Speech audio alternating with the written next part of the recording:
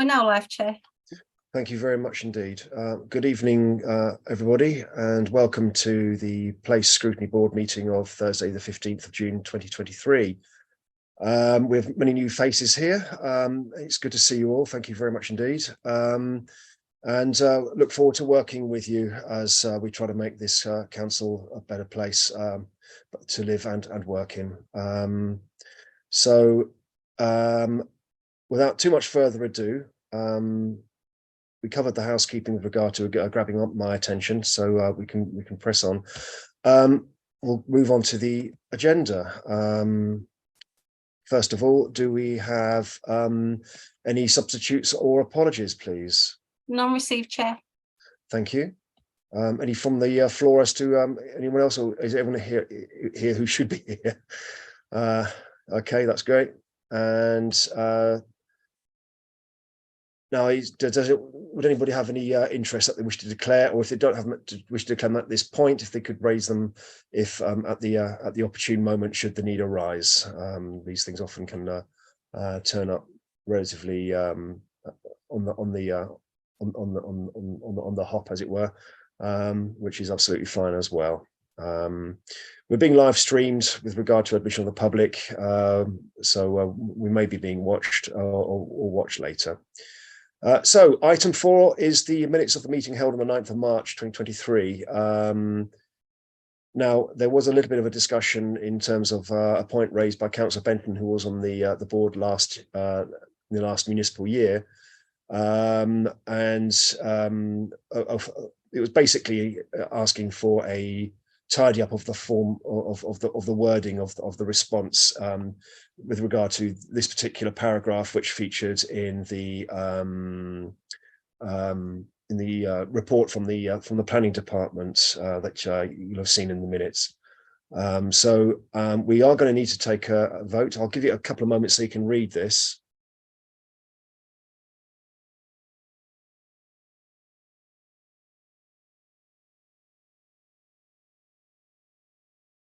And as far as I'm concerned, this basically tidies up the wording. So I hope that will be satisfactory. We do need to take a vote on this as to be approved.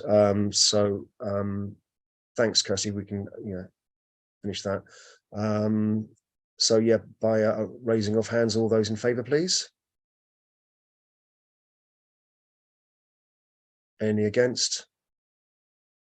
That's fine, carried. Thank you very much indeed. In that case, with that amendment, we can well just take a quick vote to approve the minutes as they are as a correct record. So if I can take another vote on that one, please, just very quickly. All those in favour? Thank you very much indeed. Any against? And that's fine. That's carried. Thank you very much indeed. Right. Okay, so item 5, public services. This is the main business for this evening. It's going to be a nice, gentle, with armbands on at the shallow end of the swimming pool for the new members of the board. And it will be an opportunity to ask questions and dig in and perhaps consider items that might be raised onto the work programme for the forward going forward for the municipal year. So the presentation, I believe, is coming from the Director of Public Services, which I believe is Ian Day. Is that correct? That's correct, Councillor, yes. Right, good. Yeah, today's a good day. Ian, it's very good to see. I look forward to hearing from you. Thank you very much indeed. Thank you very much, Chair. Good evening, councillors. So the report I've put together this evening is an attempt to explain the department to new councillors or to new members of Scrutiny, and that is section 2 of the report. In section 3 of the report, I've outlined those areas of scrutiny that you've already determined that you would like to look at, so namely the waste and recycling contract review, the parking review, and winter preparedness. I've included as an appendices the 3 areas of the department: ICT and digital, customer service and neighbourhood service, the priorities for the current year that I'm working on with those relevant assistant directors, and identified in section 3.4 of the report particular areas that may be of interest to scrutiny to do a bit of a deeper dive into. But of course, it's your prerogative to take account of those, to look at the appendices and decide whether there are any other areas that you'd like to take a look at, or of course, to identify areas that aren't contained in the report that arise out of the conversation. So I'll pause there, Chair, if that's okay, and happy to take questions. Right, lovely. Thank you very much indeed. Members, do we have anyone? I'm assuming everyone's read the report. Any questions coming forward?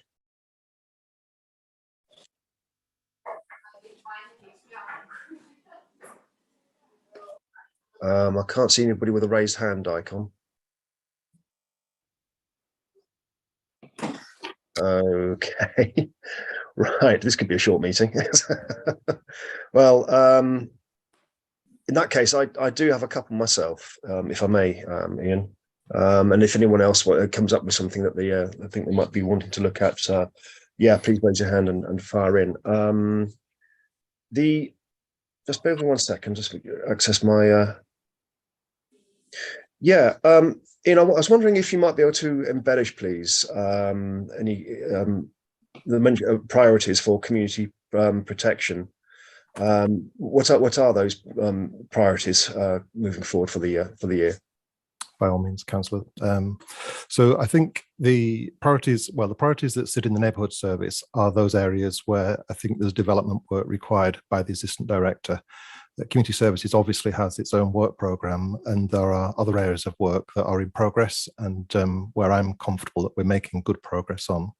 So the particular area that I thought may be of interest to scrutiny is the work that we do around environmental enforcement, and particularly fly tipping. We currently have a situation whereby we generally carry out enforcement through the courts. And one of the areas I've been working on with the teams is the prospect of applying the fixed penalty notices that we are allowed to enforce by law to accelerate some of the enforcement and to reduce the time spent in court preparations. So we will be bringing a report to Cabinet seeking permission to introduce fixed penalty notices for fly tipping and other areas of environmental crime. Often we find when we do take cases to court, we don't necessarily receive fine incomes higher than the fine level that we can through a fixed penalty notice, which is £400. So the intention would be to have a mixed economy there, where the lower levels of fly tipping would apply a fixed penalty notice, and then larger tips that are more significant in terms of their impact and the cost of clearance would be taken through the court system. So as a kind of new area of the business, that's one of the recommendations that I thought scrutiny might be particularly interested in looking at as you go through the year.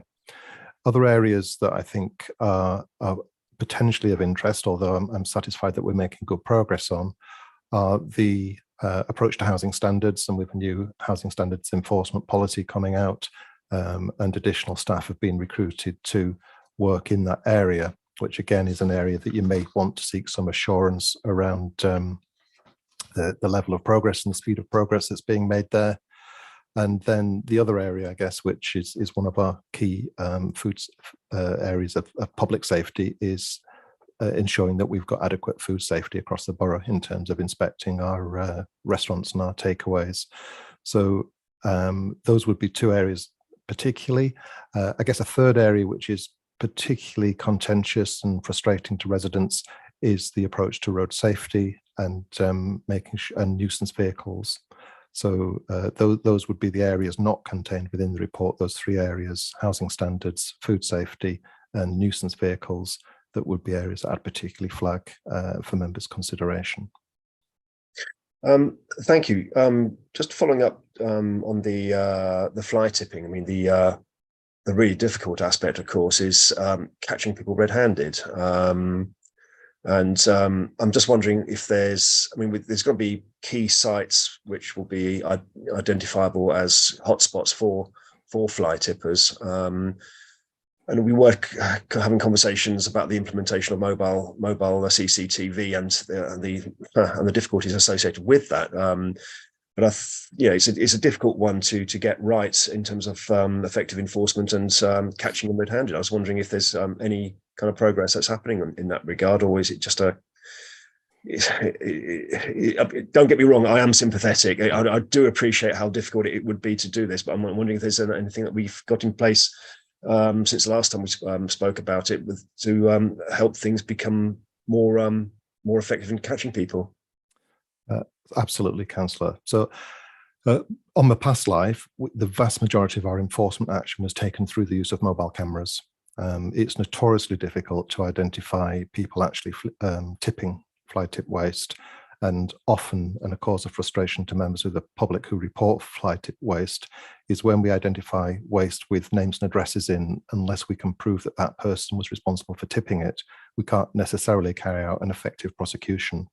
So the identification of people carrying out the crime is really important. What we have managed to do with some funding that we've received in terms of grant funding from government is increase the number of mobile cameras that we have. And I've also been encouraging the team to look at lower tech cameras, whereby we can use people might be familiar with a kind of wildlife style camera that you would pop up in your garden to see if you've got any foxes coming into your garden or to spot birds.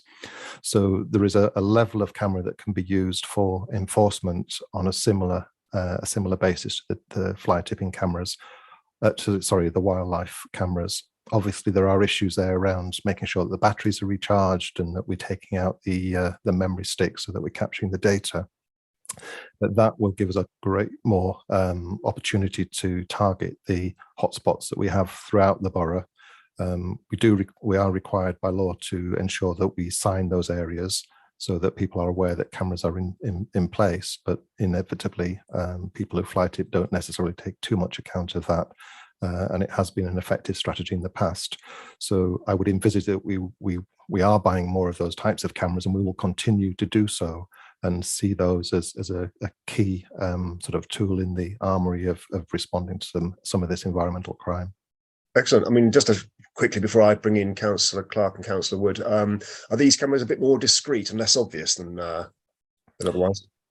In the past, we enter the sort of Ripper area here where people have to be aware that cameras are present. But I have used cameras in the past that were able to introduce into fence posts or into rocks so that they blend in with a natural environment and people don't immediately see them. But if they are identified and taken, then the cost of those cameras in relation to the income that can be generated through the fixed penalty notices to offset the replacement of those cameras means that it's an affordable solution to apply. Interesting. Thank you. Councillor Clark, good evening. Good evening, Councillor Dickinson. Thank you. I'm just wondering how the fixed penalty notices would be applied. How would that be relevant? We're not really going to catch them red-handed, so it'd be quite difficult to do a fixed penalty notice at that point. The people whose names and addresses you might find on the waste, on the fly tipping, may not have actually tipped it, but they have asked someone to tip it. So I understand that they can be prosecuted also. And I have another question as well, and that is, can these new cameras be used other than for fly tipping hotspots? You know, maybe where there's a hotspot of antisocial behaviour or something. Okay, so the FPN is the maximum fine for a fixed penalty notice of fly tipping is £400, and the means of issuing those fixed penalties would be through identification of people that are responsible for tipping through vehicle registration number, typically. So we install a camera in a lay-by that's a hotspot for fly tipping, identify the vehicle, identify the owner through the vehicle registration number, and then post them a fixed penalty notice. And if they contest that, then of course we can invite them in for an interview and seek to prosecute through the normal processes. When we have fly tip waste that has identification in, and we don't manage to secure the evidence that suggests that the person has tipped it, who's got the name and address in the fly tip waste. There are other offences, of course. There is a householder duty of care that people dispose of waste appropriately, and people can be fined for not using an authorised waste disposal company. So there are other means of enforcing against some of those fly tips, but of course we do need to secure evidence, or people do need to tell us that they have used a waste operative that isn't appropriately licensed. And in that situation, then the householder may be liable for a fine, and obviously the illegal disposal company would also be liable for enforcement. Forgive me, the final question, could the cameras be used for other purposes? I guess they could. It's not something that I've got any experience of using them for ASB in the past, but they are they're cameras that capture evidence based on motion, and therefore it could be used for that purpose.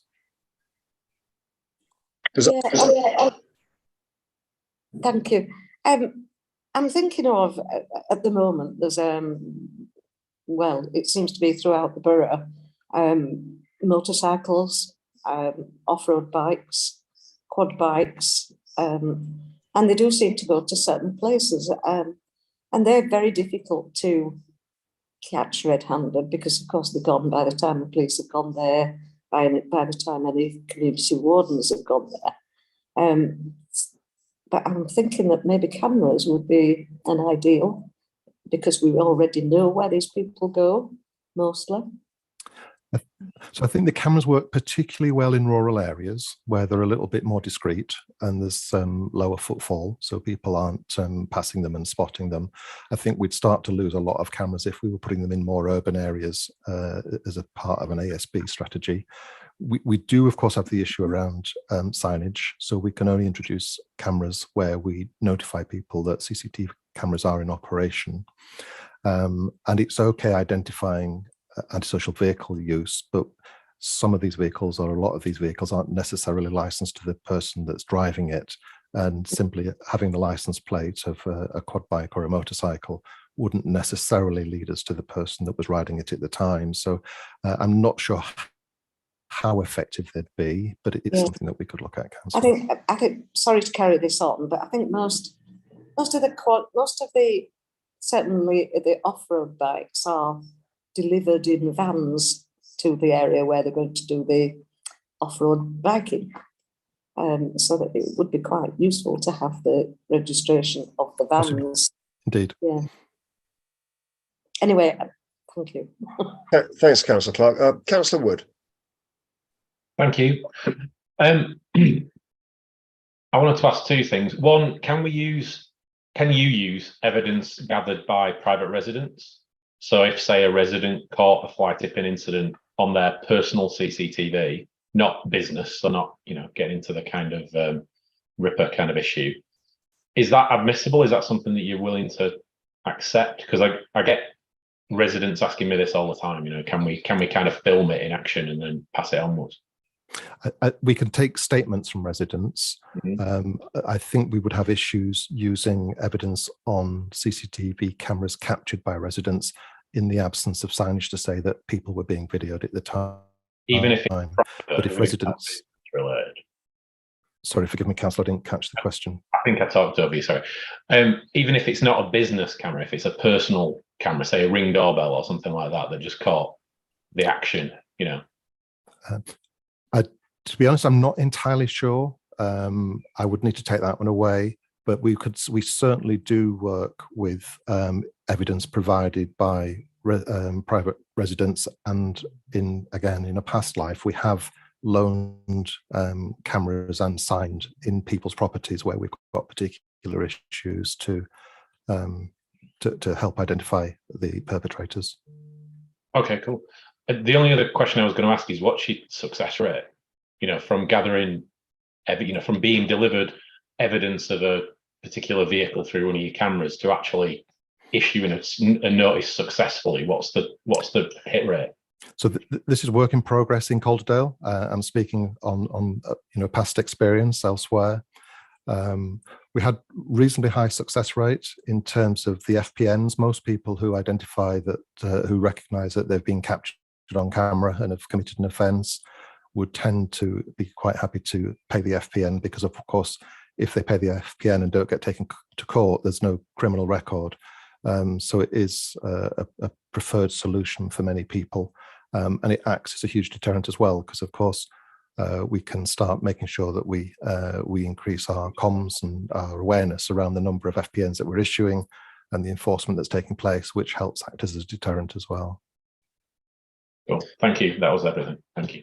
Thank you. Just as a by the by, Ian, before I bring in Councillor Foster, the police are accepting dashcam footage for prosecutions for dangerous driving, for example. And people using their mobile phones for video evidence seems to be admissible. As far as I'm aware, I'm not. You have to correct me on that if I'm wrong.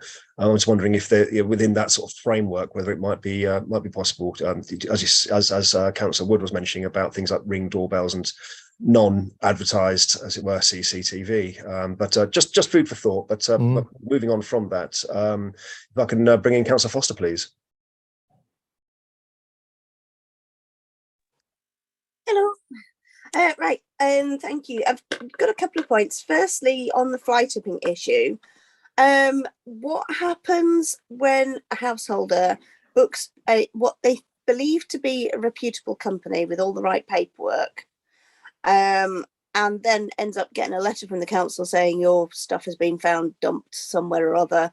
You know, I mean, what level of evidence do they need to then to provide to say, but you know, I booked these people in good faith, and as far as I knew, they had all the right paperwork.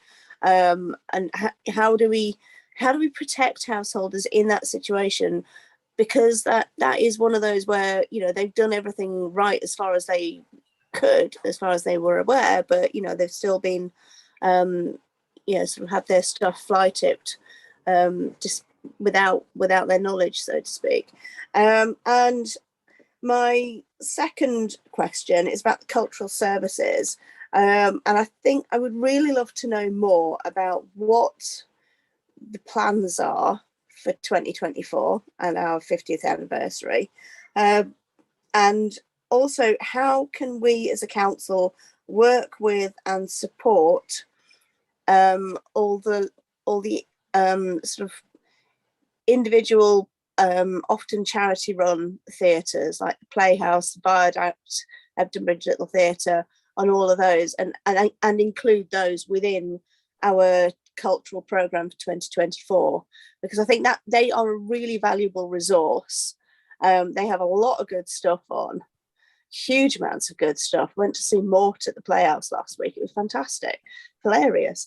You know, and I think that sort of thing, it's really important to ensure that independent theatres and places like that are included within that cultural programme as much as we possibly can, and also to make sure young people are involved as much as we possibly can too. You know, places like Calderdale Theatre School, for example, not that I've got a vested interest at all because my son's in it, and you know, school theatre groups and that sort of thing.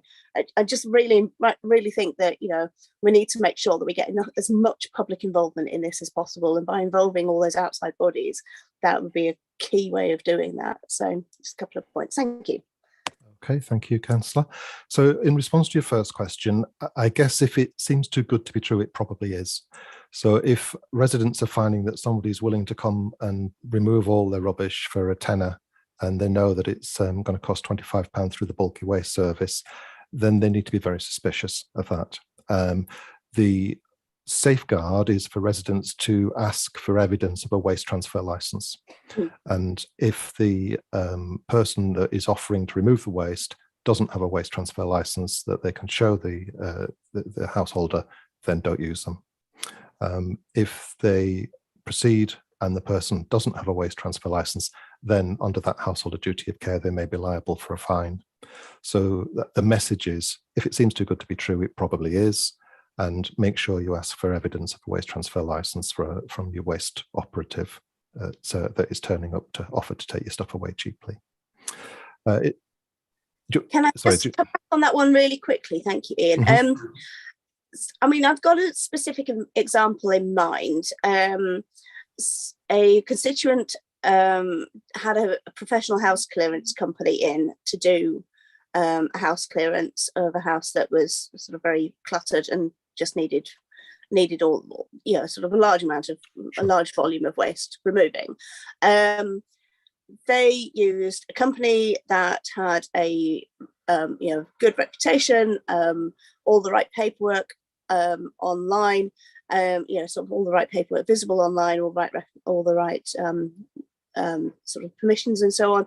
That company used a skip hire company that also had all the right stuff visible online, and yet still this person's waste ended up being fly tipped.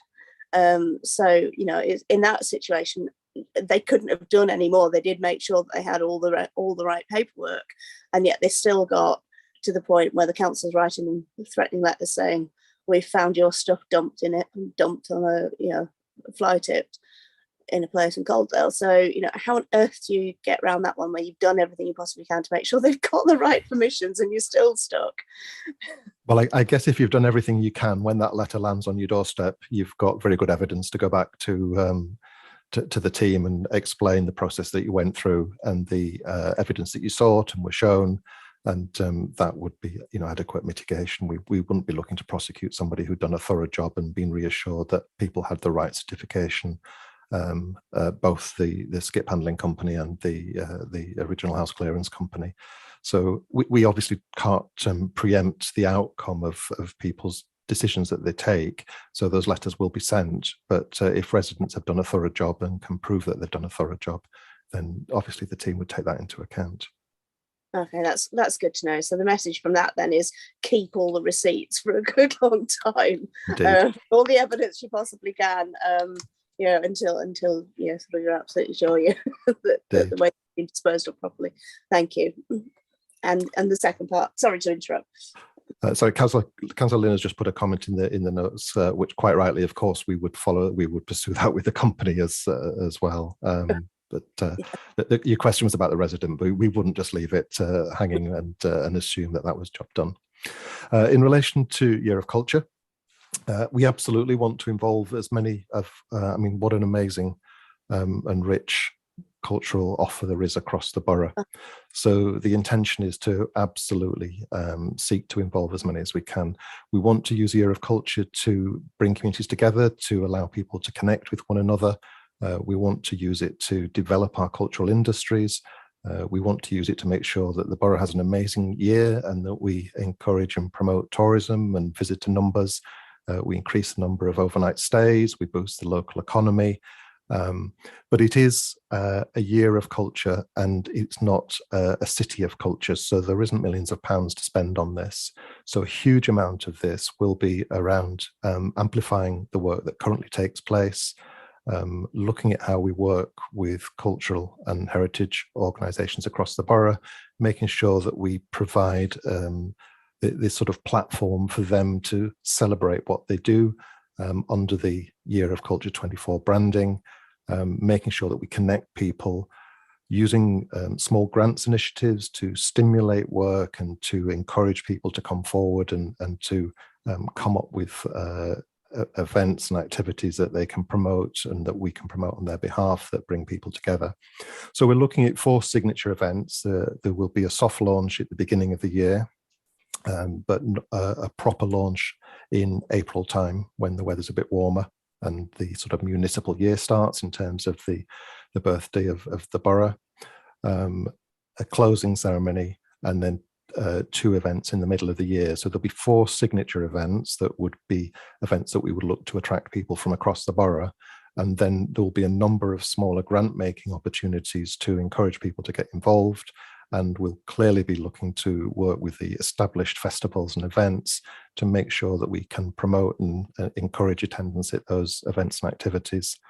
We're looking at building a small team so that we've got some capacity within the organisation to support the sector and to help develop the sector with training opportunities and development and support for local businesses to make sure that they can make the best out of the year. And of course, it leads nicely into the City of Culture, which is next door to us, which in Bradford, which will be starting in 2025.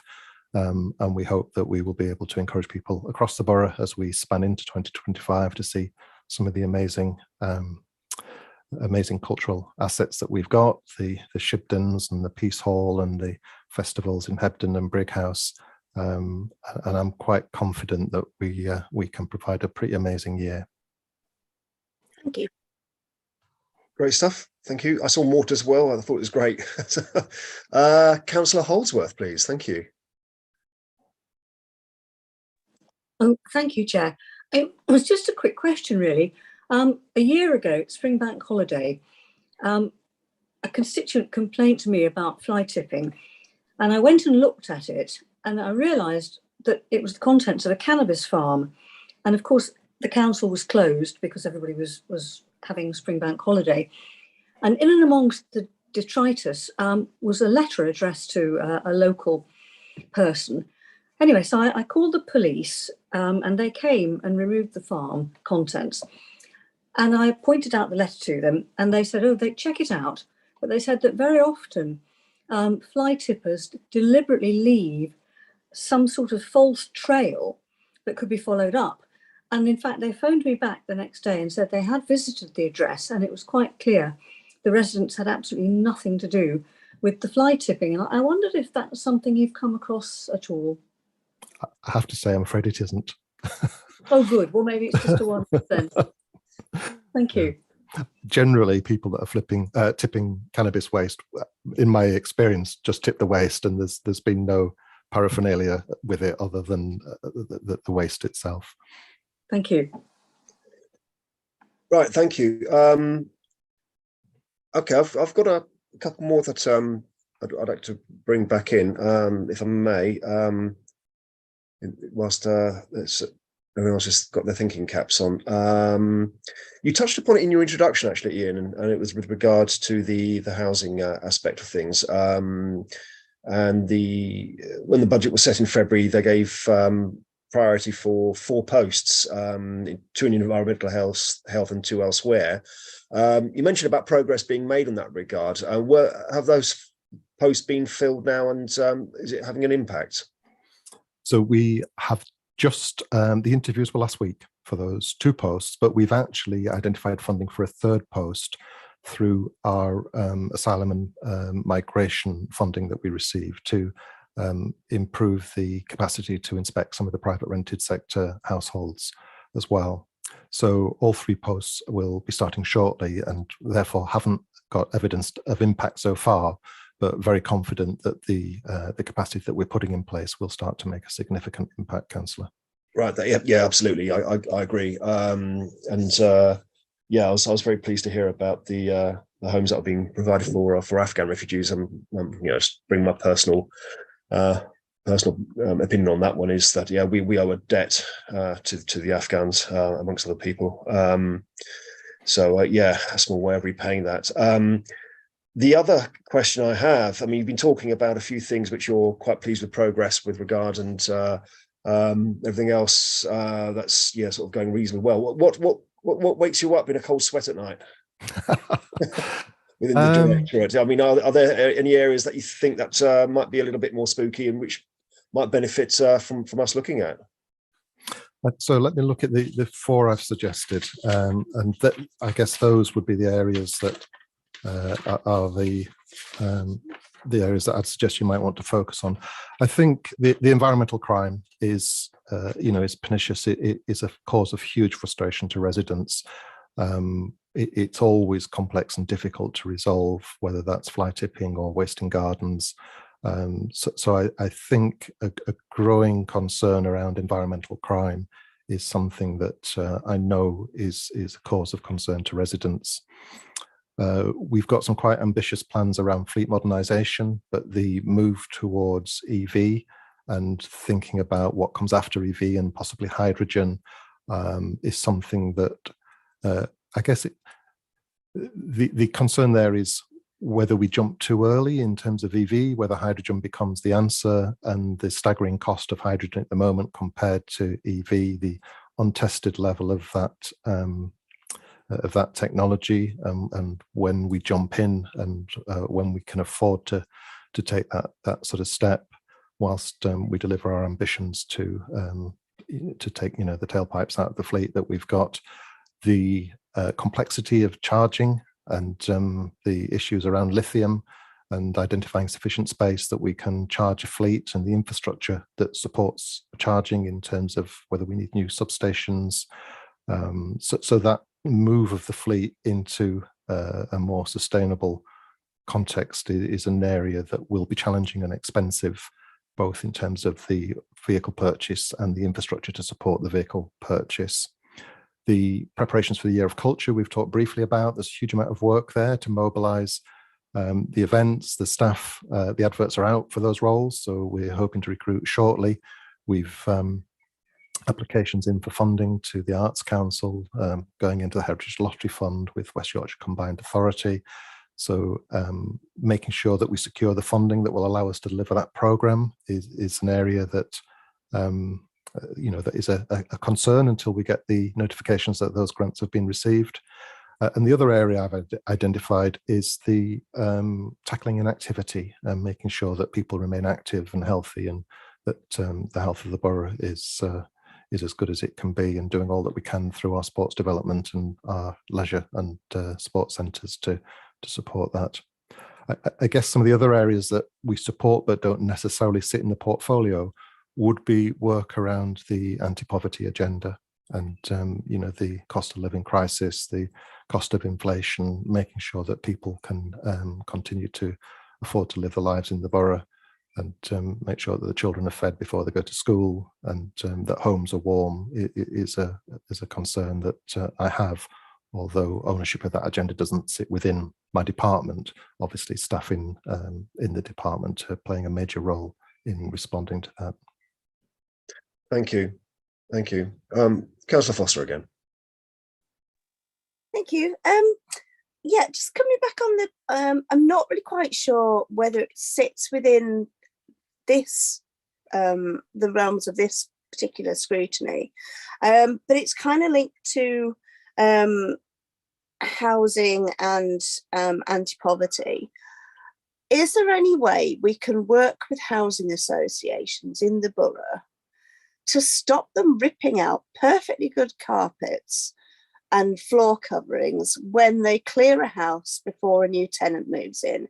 It happens all too frequently. Totally understand it if the carpet is past the point of no return, but if all the carpet needs is a good shampoo, then surely to goodness that would be a far, far better way of ensuring that the new tenant, which, let's face it, if you're talking social housing, most of the people that are in social housing do not have vast amounts of spare cash lying around to recarpet a new home when they move in. So it's one of those things that is just extraordinarily frustrating when you see a skip full of perfectly good floor coverings just binned because it's policy to remove everything. It's ludicrous. I know it's going to need sort of governmental legislation to make housing associations see sense on this one, but it just seems to be policy that they just remove everything, strip it back to the bare bones as it was when you first moved in. It's bonkers. Is there anything we can do to try and work with housing associations to stop them doing that? Thank you. So I think, Councillor Foster, you'll probably just need to hold that thought for next month when colleagues from Regeneration and Strategy come, who've got responsibility for the housing function, and the work with the private rented sector and the registered social landlords. But I would imagine it would be incredibly difficult to influence the choices of private business. But maybe they'll have an ability to encourage and suggest change in behaviour. I know it's a tough one, but it's just one of those where you just go, but why? This makes no sense at all, and it's really putting families who have to move into those homes into major hardship, not least with fuel poverty, because a home with no floor coverings costs a hell of a lot more to heat than one that has carpets. It just okay. I'll hold that thought for next month. Thank you very much. Yeah, hold on to that one. I'll bring in Councillor Clark before I bring in Mike, if that's okay. Councillor Clark. Thank you, Chair. My bugbear at the moment is parks and playgrounds, any green spaces that are around, and mostly it's about, I suppose, the neglect, and some of it is sort of deliberate, you know, obviously the longer grass and everything, and that's fine. I've no problems with that at all. But I don't think that if places are kept well, then people treat them well. If places are neglected and look as though nobody cares about them, and I think this is why we have quite a lot of the antisocial behaviour that I was talking about earlier. Playgrounds are really, really poor at the moment, the ones that I've seen certainly, with items missing and not replaced. I mean, it may well have been taken away because it was dangerous, but there's nothing in its place. I'm just wondering how the staffing is for the grounds maintenance of parks. And I don't mean that I want mowed lawns, I don't. But I would like to see bushes and fences and all the safety aspects of the parks as well. I'd like to see those better looked after than they are at the moment. All right. That's okay. No, and by all means, I was actually quite pleasantly surprised as relatively new in post, and I travelled around our parks and open spaces. I thought we'd got some outstanding sites, and I appreciate that isn't necessarily the case across the borough, but certainly some of our major parks and open spaces, I think, are a real credit to the borough. And indeed, some of the play areas I've seen, I've been very pleasantly surprised by the quality of the equipment and the newness of some of the equipment, although I do accept, again, not necessarily replicated across the whole borough. We have had some... Yeah, well, we have had some staffing shortages, and I think that is fair to say across an awful lot of the frontline workforce. We've just replaced, I think, 9 posts in green spaces and street scene. So, you know, that's probably 8% of workforce, and it is incredibly difficult to recruit and retain at the moment within that kind of post-COVID world where people are making different choices about what they want to do with their life, and the job market is incredibly competitive, where local authority pay rises don't necessarily match some of those private sector pay rises that are being offered across different parts of business and retail. So it has been a problem recruiting staff. I have to say we have now got more staff in the service, and that will hopefully start to make an impact. We're also looking at the reintroduction of more apprentices back into workforce to try and grow some of our own talent, and hope that through that we can make sure that we have a longer term supply of trained staff who are local and keen to work in the borough. We do, I think, when we do work in playgrounds, we generally email the ward councillors and make sure that they're aware that equipment has been taken out. If it is identified on inspection to be unsafe, then it is. So I received copies of those emails, councillor, and if you've not had one, then I apologise, but I tend to get 2 or 3 to notify councillors that equipment has been identified, isolated, removed, and clearly there are leading times for replacement of equipment and safer servicing, so there will be periods of time where some of our play sites don't have all the equipment in that we'd like, and we've not been able to turn around the repairs quite as quickly as we'd like.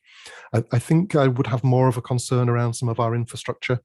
I think maintaining the grass and the shrub beds and looking after the flower beds is something that I'm reasonably comfortable in terms of standards. You've mentioned the no mow May and the change in approach to some of the environmental policy, which can have an impact of a lack of care.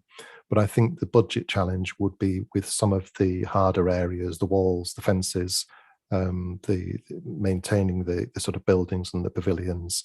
And I think that's where the challenge is, some of the high cost capital areas where there isn't necessarily ongoing budgetary provision become more of a challenge to make sure that we keep on top of those. That right for you, Stephen? Councillor Clark? Yeah. Yeah. Mike. Sorry, Chair, it's just in relation to the point that Councillor Foster made about housing, is that I intended to raise a couple of issues under the work plan item about housing, and perhaps having a larger focus on housing than we've had in previous years, except for last year, on the work programme. So I think we can pick those issues up then. Yeah, absolutely. We'll come into that when we discuss the work programme, I'm sure of that. Good. Yes, I just wanted to pick up the point really from Councillor Clark with regard to increasing activity in Calderdale. There's the regular email updates I get from Anthony Whitaker in terms of getting people moving, just moderate, gentle exercise, even if it's a stroll down rather than rather than doing nothing. But it also leads on to the wider issues. I mean, is there any work being done at the moment in regard to things like the thoughts about the Halifax Leisure Centre or anything like that? I mean, where are we at the moment? So again, in terms of the leisure centre, it's probably a question for my colleagues in Regen and Strategy who lead our major projects teams. In relation to active Calderdale, we are seeing some new investment into the borough that will allow us to work with residents around what helps them, what's important to them, what's going to get them active. So we will hopefully be seeing some further investment in our parks and open spaces through active Calderdale that will encourage more people to get out and about and feel safe doing so. Yeah, I really have to admire Anthony's persistence. You know, he's I think he's obviously in what can be a vast field of indifference that he's being met with. But no, I think yeah, his persistence is to be admired. So yeah, thank you. Councillor Lynn, you've been very quiet this evening, which is fine. But I was wondering if you had any thoughts or comments that you want, I mean, as the portfolio holder, that whether you might want to bring anything to the table this evening, as a courtesy to yourself.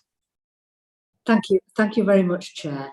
Well, no, I've been quiet because because I really wanted you members of the board to have a chance to talk to Ian, and it's your first chance to meet him face to face, so that's great. No, I've been delighted. I have to say the previous incumbent of the post, Zorzan Koudi, was great to work with. I really enjoyed working with her and missed her when she left at the end of the year, but I've been absolutely delighted to work with Ian. He's got fantastic experience. He's totally committed to Calderdale. He's made great strides in terms of getting alongside all our teams and so on. And of course, he brings fantastic experience from having run a whole range of similar services for Bradford for many years. So yeah, so and I'm as you know, Chair, I'm always happy to come and answer questions and so on. But I think that I've been making notes copiously whilst you've been raising these issues, and I know I had a good discussion with Councillor Clark last night about some of the issues about Beechwood Park. That's one of the parks that Councillor Clark's concerned about, but there are others. And in fact, I have a regular portfolio liaison meeting with Ian and the assistant directors every fortnight, and the first one is tomorrow. So I'm looking forward to perhaps following through on one or two of the issues that have been raised tonight with Ian when he and I meet online at 9 o'clock in the morning. I hope that's sufficient, Councillor Dickinson. Yeah, thanks for that. Thanks for that. Members, are there any other questions, thoughts, or comments before we thank Ian for putting his head on the block this evening? No, I think that's everything. Ian, thank you very much indeed. It's lovely to meet you. It's nice to, and yeah, looking forward. Well, I'm sure you've got a very broad remit there, and I know it's going to be a challenge for you. And yeah, look forward to seeing you again in due course. Okay, just before I go, Chair, if I may, in relation to the playgrounds, I am shortly spending an afternoon out with our playground inspector, and I've asked to look at the good, the bad and the ugly. So if there are particular sites, Councillor Clark, that you want me to visit, then just drop me a line and I'll make sure I pick that up on my site visits with the play inspector. I will similarly make sure I pay a visit to Beechwood Park, and if any councillors want to meet with me to have a little walk around the patch, I'd be absolutely thrilled to do so and to have a look at any issues that you've got firsthand. So just drop me an email and it would be an absolute pleasure to meet any of our our ward councillors and get an understanding of the issues that you've got and have a look at the work that we do in your area. I'll hold you to that because I've got a couple I can think of as well. Right, smashing. Thank you, Ian. Thank you very much Thank indeed. you. Right, folks, we're moving on to, in that case, just bear with me 1 second. Sorry, I was cross-referencing with the reports and everything else. Yes, on to the next part of the meeting, which, well, in fact, it's our work programme.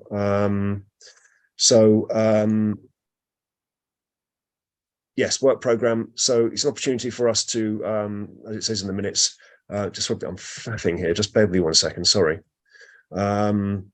To propose a new items or amend existing items on our current work programme, or if there's any special pieces of work that you want to be considering.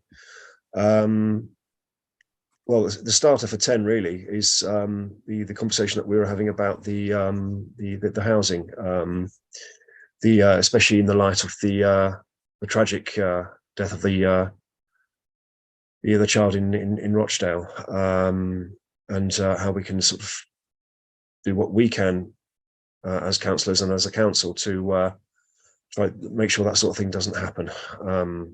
Raising standards, basically, I think is what we're going to be talking about. Mike.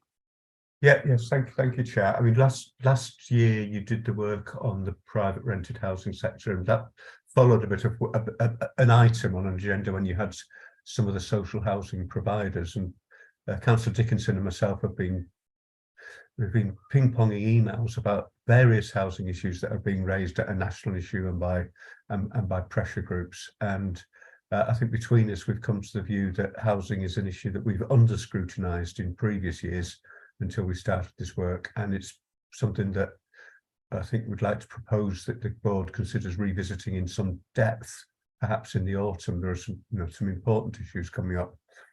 I was reading just today about significant increases in no-fault evictions, with the suggestion that landlords are getting in before the legislation changes, and possibly thinking about doing a bit of work, perhaps in what we call scrutiny in a day. So having 4 or 5 hours where we could get some some housing associations, some social housing providers in, and ask them about carpets and repairs and mould, as well as some of the more strategic issues that we perhaps considered in the past, and get some tenants to talk to you. So if members are happy with that, some of you will remember Bella, who left just a couple of weeks ago, and I met yesterday evening, and she's doing very well in a new job. But she's been replaced, and if this is something you want to pursue, her replacement will do some work on pulling together quite a lot of information about current housing issues to inform a bit of work in the autumn. I think I'll pause there about housing, if I may, Councillor Dickinson. I've got a couple of other things to say. Yes, of course. But members, notwithstanding that July's meeting is going to be quite a meaty one, meeting with the Director for Regeneration and Strategy, which is again another very broad remit. Are there any thoughts in terms off the top of your heads, or at least take it away and perhaps get in touch with Mike, or myself and Stephanie with regard to any ideas for the work plan that you might want to bring forward? The housing one, my final note really on this for the time being is that the work that we did on the private sector felt a little bit unfinished, and it's worth having another look at it and seeing if we can mine a little bit deeper here with this. So many things have changed recently with regard to for example, the tax breaks that have been removed for landlords, offsetting mortgage costs and everything else like that. It will have an impact, and as I say, it is about making sure that people are able to live in dignified spaces. Anyway, sort of rant over. Councillor Foster. Thank you. I wondered if we might have a look at bereavement services. In particular, the management of cemeteries. they have huge potential to be real wildlife havens. And I'm not quite sure what our policy is on managing them at the moment. But I know there is a privately managed cemetery near me that is pretty much desertified now because the grass is mown to a scalp. Everything, if it's sort of slightly out of place, it's removed. The trees are being cut down at the rate of knots, and it's just horrendous. I know there's not anything that we can easily do to influence a privately owned cemetery, but I think we can look to our own cemeteries and ensure that they are managed in a way that allows wildlife to be, but also respects the graves and the families that want to tend them. I think, you know, it's quite a sensitive one, and it has to be done well. But I would really like to look at sort of where we're at with that and how we can sort of utilize them to their best sort of capacity as nature reserves, because they've got huge potential to be really, really valuable from that point of view. And I don't know, I just don't know what we're doing. But I mean, the bereavement services themselves, the team at Parkwood are just amazing. They have been really fantastic. When I was mayor, I visited them. Obviously, I had COVID when I had the COVID kicked in when I was mayor, and we visited them sort of not long before Christmas. So when restrictions allowed, and what they were doing to cope with the pressure that they were under was just amazing. They really were a fantastic team, and my hats off to them really, because they were doing amazing. But it's more the sort of the open spaces and so on that I'd like to look at, if that would be okay. Thank you. It's an interesting one. I think it's worth having a look at, actually. You're right, Dot, because a lot of the time we see it on Facebook is people complaining about the state of the cemeteries. So it might be a case that we have an almost bespoke approach to individual cemeteries that we do have care for, that, as you say, respects the dignity of the bereaved, and also for the graves themselves as well, but also gives that opportunity for them to be a haven as well. I think it's a piece of work that would be interesting to have a look at as well, actually. Helen, before I bring you in, Ian, you've got your hand up. Thank you, Chair. Just briefly in relation to the cemeteries, we do some naturalised areas across our cemeteries. I was speaking with Deborah and sort of challenging whether or not we could do more. It is always a balance, of course, with bereaved families wanting to see a more closely mown grass area and surround the graves. But it is an area that I would be more than happy for us to take away and look at, because I do think that, as you say, they've got huge potential for wildlife. And I do think there's perhaps a little bit more that we can do, not just in terms of naturalisation, but of course, the less grass that we cut, the more resource we've got to focus on the areas that we need to pick up. And in response to Councillor Clark's comments, that if that investment can be reinvested back into some of those other open spaces where we're perhaps not quite cutting the mustard, as it were, then that might be a beneficiary too. So more than happy to take that one away, but rest assured we are looking at it, and we are already, where we can, naturalising within the context of bereaved families being comfortable with that. Brilliant, thank you. Thank you. Helen. Thank you. First, I just say I really agree on the housing point, and doing more of a deep dive into that would be great. Also wanted to bring up the possibility of looking more into the biodiversity net gain requirements and habitat banking, and where it might fall under planning, which is already sort of mentioned on the work programme, but it might need a bit more of an in-depth separate session on it, and where we're recruiting into that role at the moment. So it might, once they've had a bit of time to settle in, maybe we could have a little bit more detail on that would be great. Okay, yeah, that could be a good one. Real. That's a cracking start. I'm really pleased about that because yeah, there was a deathly silence just before we went into the election period last time. So Brill. Okay, Mike, final thoughts? Oh, hang on. Before we do, well, wait for it. Hang on. Councillor Holsworth is ducking in under the wire there. Yeah, it was just a quick one. As everybody will be aware, there's been quite a lot of controversy in the Courier and online about the proposed rise in car parking charges. And a question that I asked last year that I never really got an answer to was, to what extent does the cost of employing wardens for longer hours offset the cost of parking and the loss of revenue to town centre and other town businesses? And I wondered if we could look into that. Well, I think that's yeah. I think Mike's anticipating my answer here, or I'm anticipating his. Yeah, Mike. At the discussion about parking charges at Cabinet on Monday, Councillor Lee indicated that that decision would be called in by members of the Conservative group. So I'm pretty sure that's going to happen. And so there will be an extra meeting for you all to discuss the Cabinet decision on parking charges on Monday. Which was a chance either to address those questions at the call-in, or perhaps to, you know, build on that for a future item. So it might be that there are two aspects to this, but that was one of the other points I was going to make, is prepare to, in the next day or two, by Monday, I should imagine, receive notice of an extra meeting that will be about a call-in, and trying to fix appointments with all the new councillors to this board, to talk about how the call-ins and other things work. So it's possibly a little bit of a mystery at the moment to some people, but we're trying to clarify that.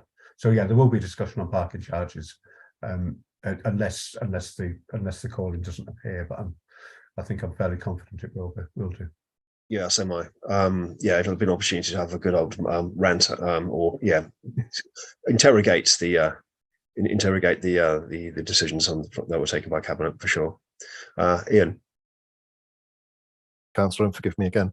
The review of parking charges is already in your work programme, isn't it? Yes. So if you wanted us to, if that decision is called in and you want us to try and do a more thorough report and do that once, rather than have two conversations around parking charges, would that be something that would work for you, or would you rather leave that later in the year and just call in the decision? My general feeling is to leave it for the time being. The parking charges calling is going to be about the current decisions, because the rationale for that is that the one in October, I think it is going to be linking in with any sort of budgetary decisions that are going to be taken for the financial year, for the year going forward. 24-25, I think it is the next financial year. So at the moment, I think we'll leave it as is. It's probably could be the best way forward. But yeah, Mike. So I think the other thing to say is you do have it has been a relatively gentle introduction to the municipal year with one item on the agenda, one substantive item. Next scheduled meeting, you've got quite a hefty agenda. And the inclusive economic strategy is one of the council's key strategies, probably alongside the Health and Wellbeing Board and the community safety strategies. It's one of the three sort of pillars. So that's quite an important issue.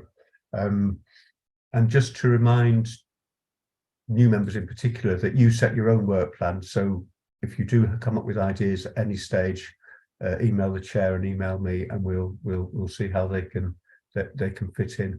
I think just the other thing, perhaps, Councillor Dickinson, you might want to expand on what I'm about to say, is that Councillor Dickinson and Councillor Robinson, as the chair of Strategy and Performance Scrutiny Board, wrote recently to Councillor Dacre about the 5 officer working groups that were referred to in the budget papers in February, about making sure that they get back to the scrutiny boards. In fact, one of them is parking charges, so that is definitely coming back. But just perhaps to say that letter's gone in, and Councillor Dacre has responded positively that there will be an opportunity to discuss the work of all the 5 officer focus groups during the year. Yeah, which will be an opportunity to interrogate that again as well. So yeah, I welcome her reply and the fact that it will come up for us to have a closer look at and scrutinise in some depth. I would just like to add, if you want to CC not only just Mike and Ben, possibly Ben and myself, but also Councillor Clark as well as deputy chair, just that she's kept in the loop as well. I'd be grateful as well. Yeah, with regard to the next meeting, it is going to be quite a meaty one. So may I urge you all to at least have a sandwich before the meeting starts, so your blood sugar levels are going to be kept up, because it's an interesting one, but there's got to be a lot to it. So yeah, good. I think therefore, unless anyone else has got anything else to say, that concludes our business this evening. Kirsty, could you pass the host to me so I can have 5 minutes with Councillor Dickinson? Is that all right? Right, Brill. In that case, everyone, if